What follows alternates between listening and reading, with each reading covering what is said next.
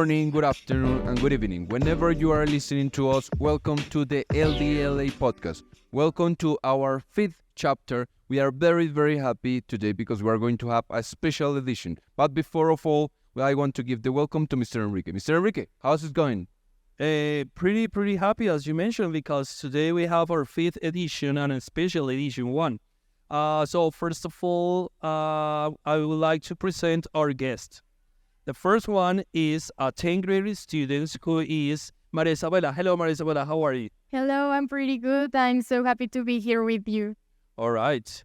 And the second one is Mr. Juan Felipe Palacio. He's an 11th graders. And Juanfe, how are you? Hello, Mr. Thanks. I'm very fine and very happy to be here sharing this opportunity to give my opinion. All right. Thank you so much to be here. And as Mr. Juan Camilo mentioned, this is a special edition.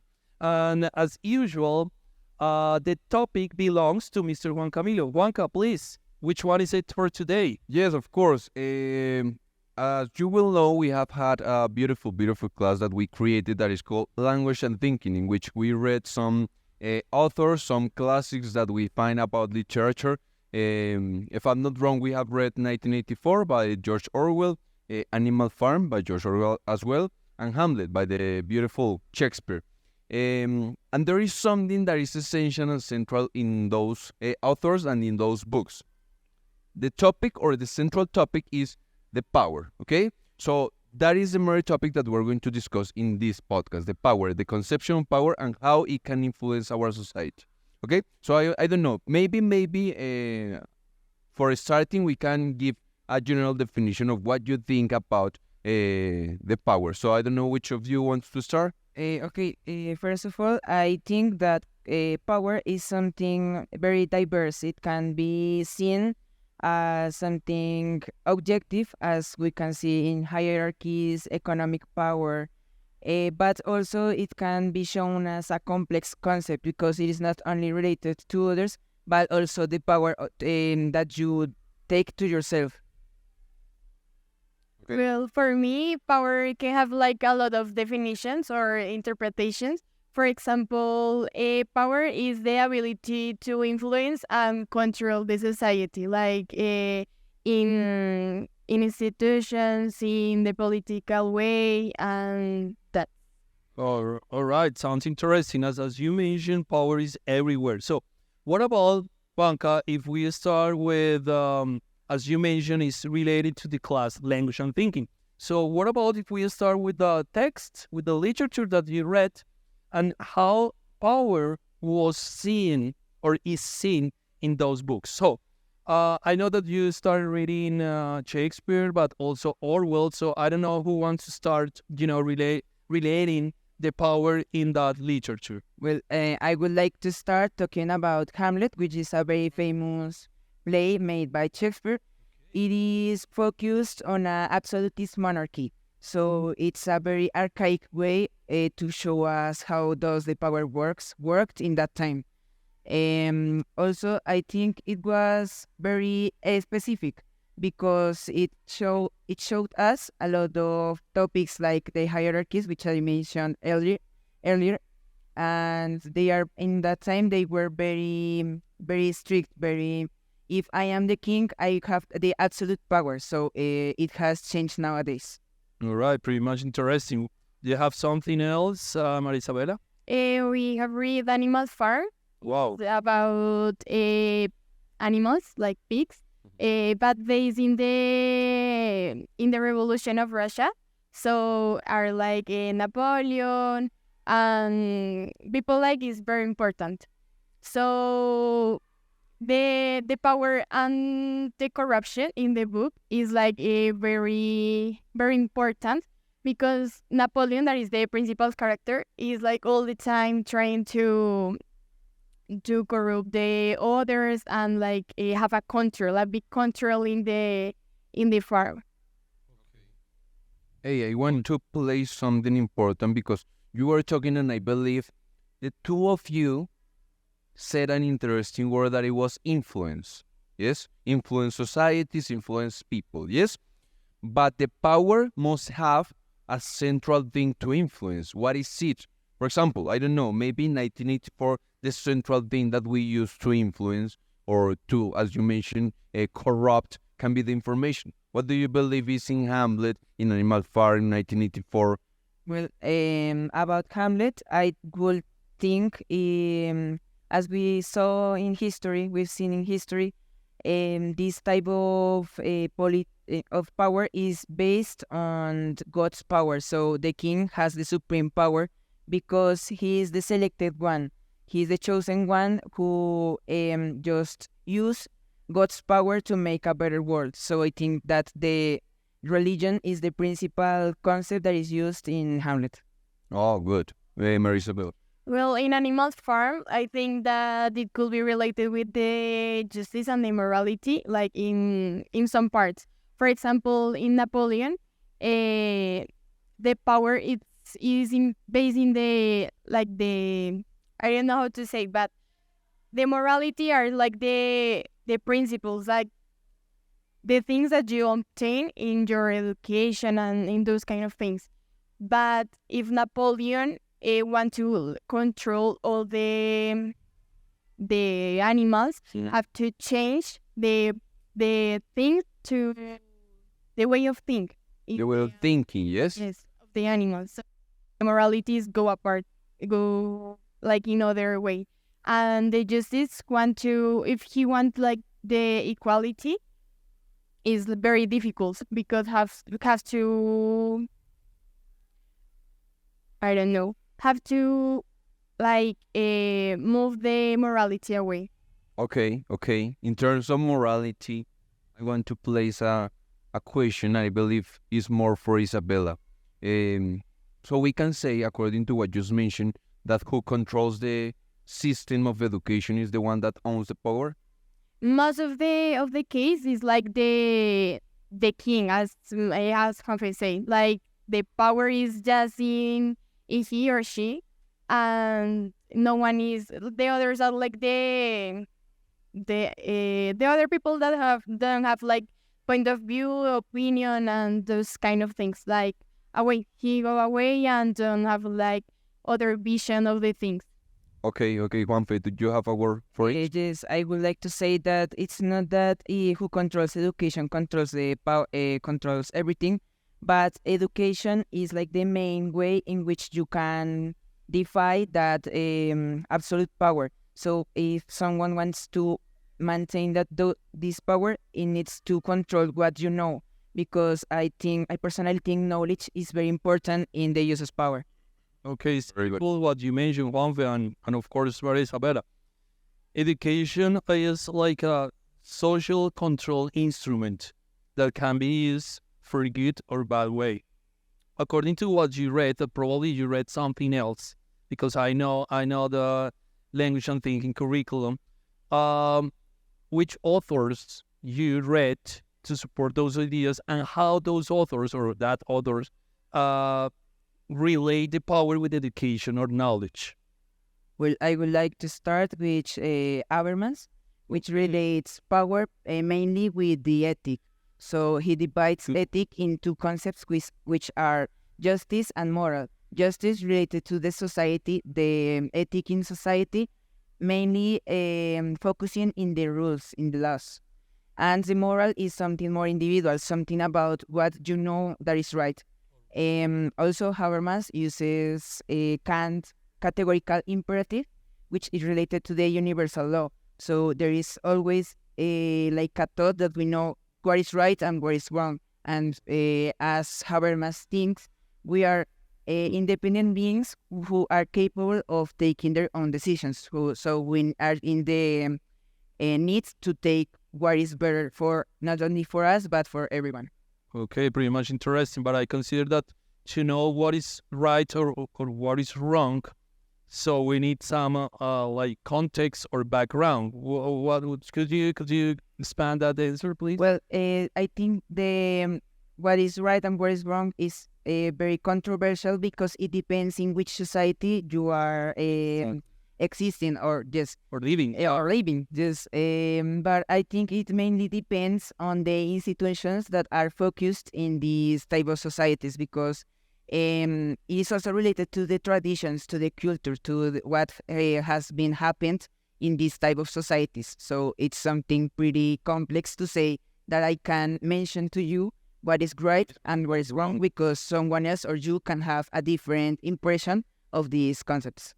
Beautiful. Thank you so much. You have something to say about that, Marisa? Well, I think that people and groups all the time are like in resistance of the power. Like Oh, yeah.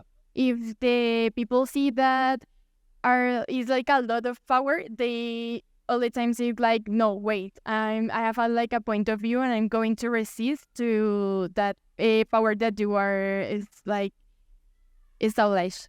Established. Okay. That's pretty interesting. Ivanka, I know that you want to say something. Yes, it's because you have like touched some important basic things about the things that we have discussed in the classes about the power. And I know that you want to discuss the power of Foucault, no?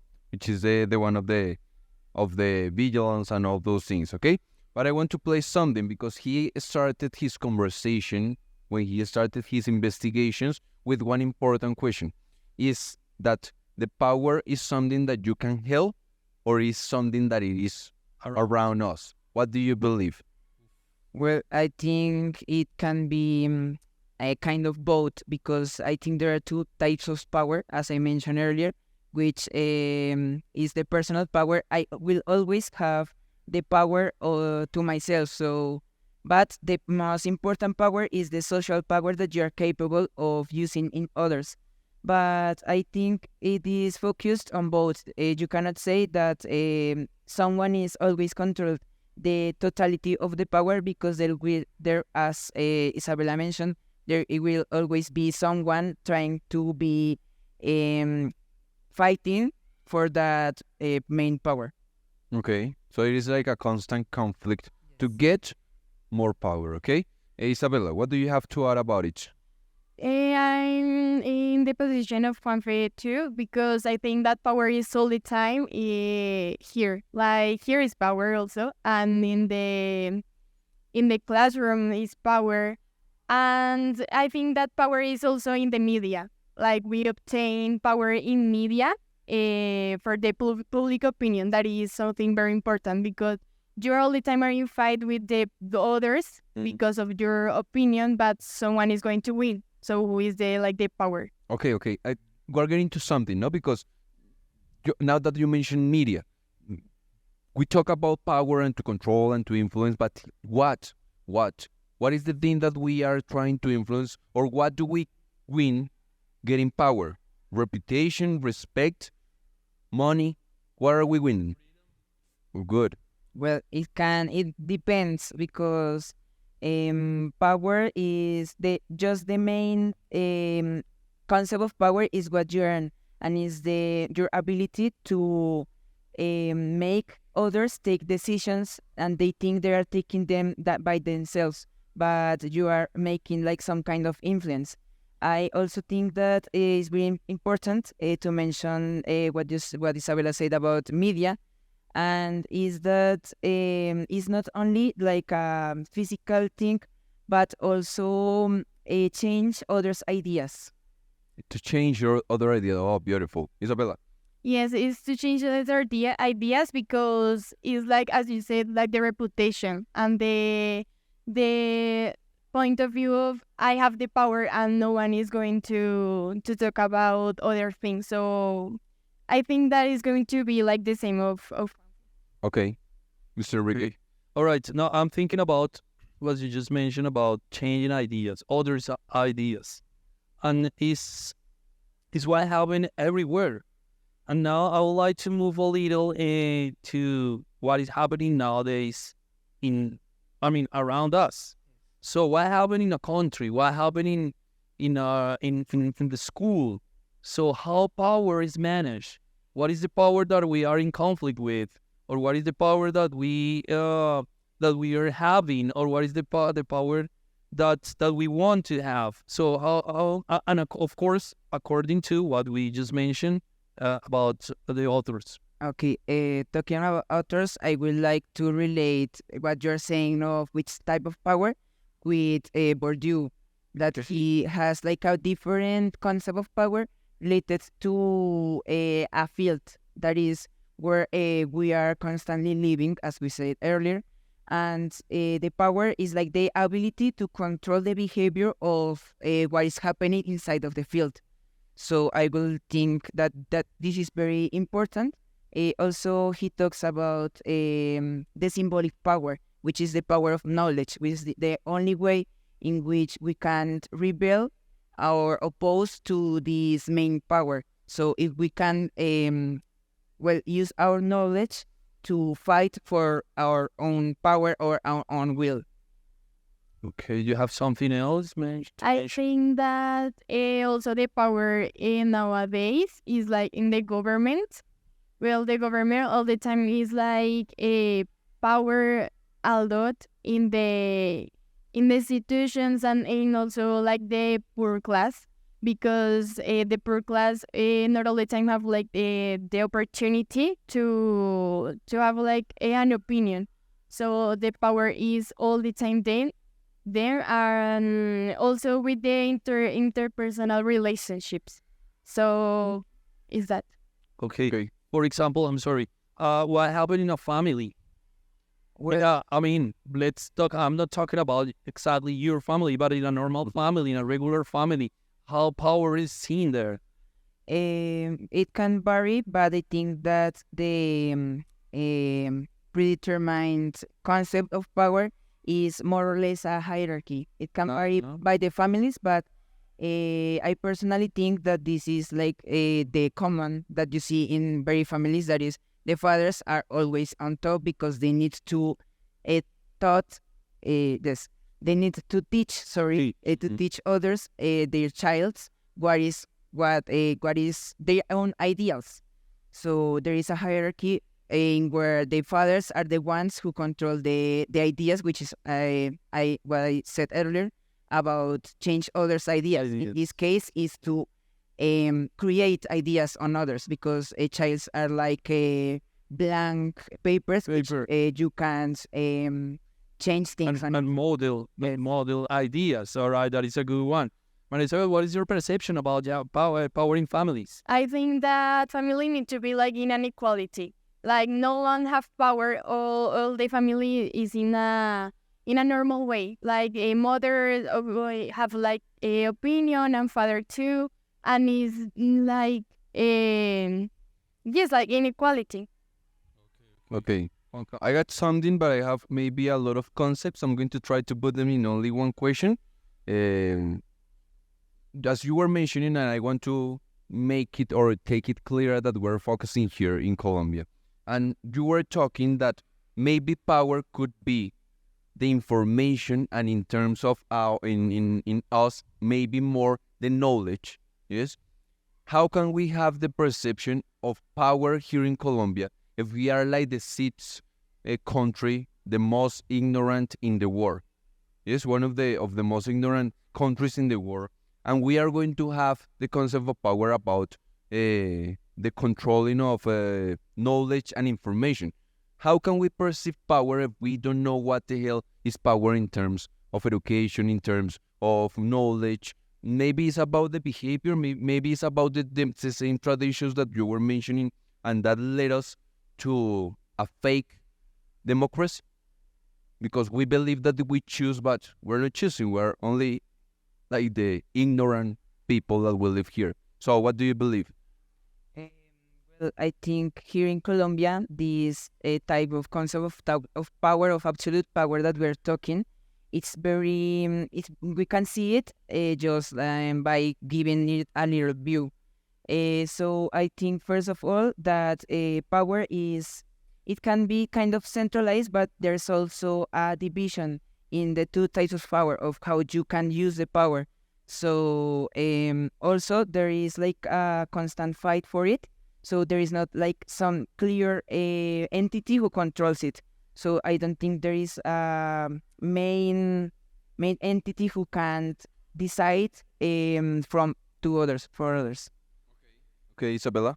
I think that we couldn't see the power like is obviously, but I think that all the time is here. Like if we couldn't see, but power is in the government, as I say, in all the places. Yes, I believe it's more about the traditions, no, about the ideas, about what we're discussing here. It depends of the power that we were forced to believe in something or in any concept. So we have come to here believing in something because of the power. Yes, is that what you're mentioning? Okay. In terms of power, do you believe nowadays, not only in Colombia but in general in the world, do we have a social struggle because of it, because of the use of power, because of the seek of power? And I think yes, it is very focused on the economic way of seeing the power, because there is always like this elitist class which has like most of the power or of the economy, the capital. So there has always been through history a social struggle, which is a concept made by Marx. So I think there has always been a class struggle, as you can also say that concept, but it's something that we need, but it also is something that we need to fight, not only to let it be, because if we continue like that, this social struggle will just end us by end ourselves. Okay. Well, I have like the same point of view of Juanfe, but I'm not going to say I'm not in a clear idea. Okay. This is like a test for Palas, yes, because I want to make a question that I believe is more of the things that we have discussed in class, reading 1984 and in terms of what you were mentioning about Marx, and I believe that one of those authors can give you the answer to it, which is if we have, because we have seen the bad face of the power, no? That the power is like the corruption and I don't know what, and maybe we are more to if we want to win money and we corrupt of ourselves and blah blah blah. But is there an ideal power, or at least an ideal use of power? Well, I think yes, and I focus it more with awareness. That is how you choose to use this power. And as I said at the start, Habermas thinks that we are capable of knowing how to use this power, not just to control others, but to make a balance between such as society. No, 10 out of 10, man. 10 out of 10. That is pretty much interesting, but I am going a little step back. What the power is knowledge, all right, and about information, all right. What is the role of social networks and fake news in that use of power? So yeah, always you start, but probably Maria Isabella, in this case, I would like that you start with the role of social networks. You know what? In social networks up here, you know, you can see a lot of lies, you know, and we don't know. And probably, you know, for example, Donald Trump, all right, a couple of years ago, he shared like 15 lies a day, all right, and he was, you know, the president of the most powerful country. So what is the role of social networks in the use of power? It could be related also with the social media. Okay. If I say in the beginning, like the media can be used as tools of power to influence like the public opinion, and all the time is in a constant fight because of the different points of view of the people. So if it That is, it's an amazing tool, no? And probably it's a dangerous tool. One thing. Just thank you. I will also like to relate knowledge specifically with the use of the language. So let's focus it again on the media. So it's like the ability to know your own ideas, but in a persuasive way. So you can make others think that those ideas were them from they. So they're always thinking like, oh my God, I'm so intelligent because I know this. But the reality is that someone else is putting those ideas in you, so you share them with others, and it's like a type of virus. You can take it like that. I understand. So probably, as you two mentioned, is that social networks is like a weapon, like a gun. Is pretty much dangerous. How how you use social networks in that case? Are you believing everything? How you are using social media? I mean, social networks. Well, I think social media is a double-edged sword because it can be used. We are not gonna take it like at the pessimist way that social media is bad and we need to delete it, but because that is going backwards. So we need to learn how to use this media to our own benefit, to society's benefit, Benefits. Okay. and obviously not my individual benefit because this will cause what I said earlier about yes.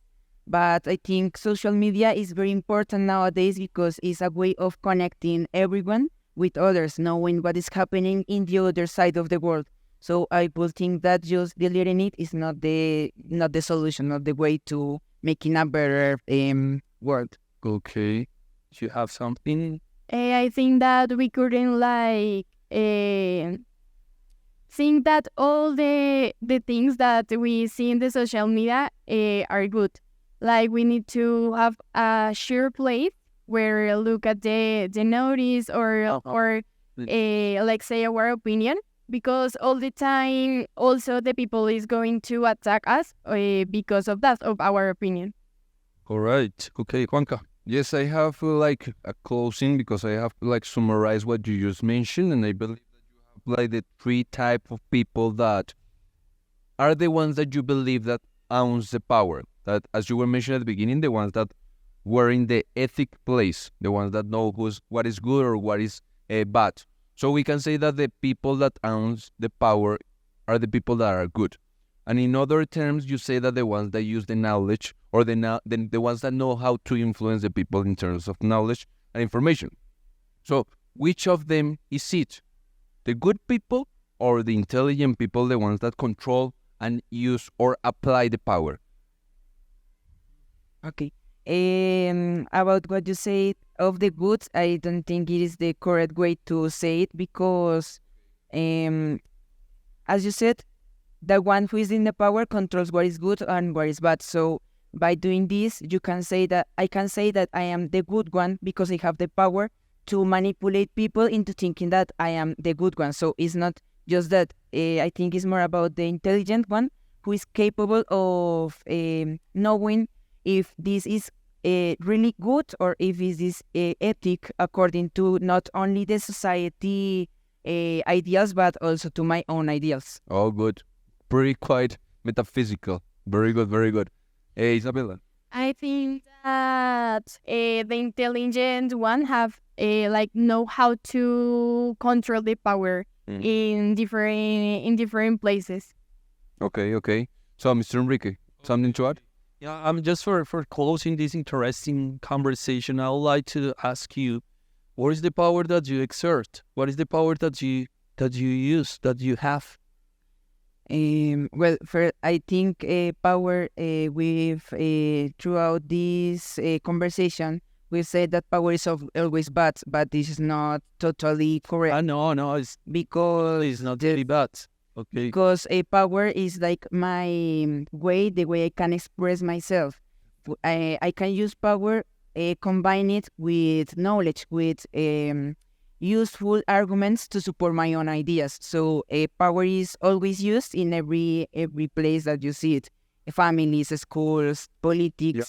Inside yourself. Inside myself, I can use my own power to know what to do, what not to do, taking into account my own responsibilities. Beautiful. And what is the power that you have, Maria Isabella? I think that we need to know how to manage the power. So, in my opinion, power is in the school, in family, but isn't it good? As I say before, is inequality. Okay, correct.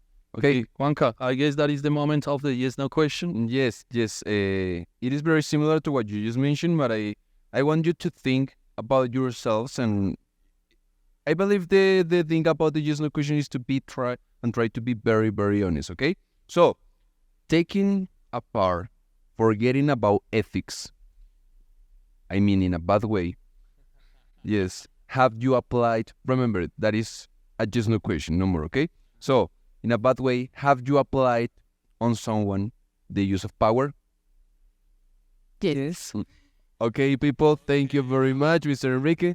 Thank you so much. Yes, I've seen using applying the power of those good students. All right, no, just kidding. All right, I appreciate your presence here, Mr. Juan Camilo, Maria Isabela, Juanfe. I'm really happy and really proud of you. And of course, I would like to say thank you so much. We really appreciate to you, Mr. Edgar. Thank you so much.